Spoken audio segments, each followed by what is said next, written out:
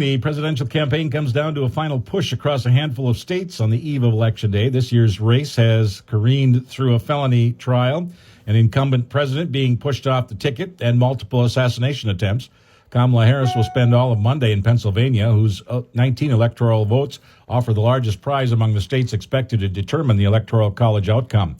Donald Trump makes 4 stops in 3 states, North Carolina, Pennsylvania, and Michigan. He'll end in Grand Rapids, where he completed his first 2 campaigns. Democrats, Republicans, and voting rights advocates launched a wide array of efforts to boost black voter turnout over the last week of the presidential campaign, from concerts and carnivals at polling precincts to voter mobilizations after Sunday services. Engaging black voters was a priority as Kamala Harris and Donald Trump made their closing arguments in battlegrounds and swing states across the nation.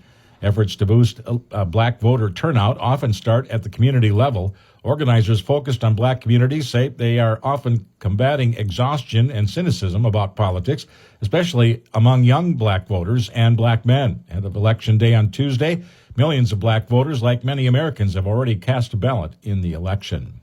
Governor and Democratic vice presidential candidate Tim Walz starts off his day before the election, greeting supporters at Twin Cities Airport, then heads to La Crosse, Wisconsin.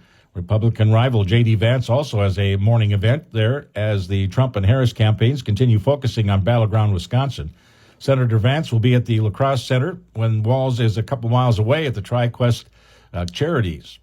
After La Crosse, Walz heads to Stevens Point and then to Milwaukee. Walz also has a late-night event in Detroit, Michigan. Latest national poll suggests Vice President Kamala Harris and former President Donald Trump are tied with 49% support the day before the election.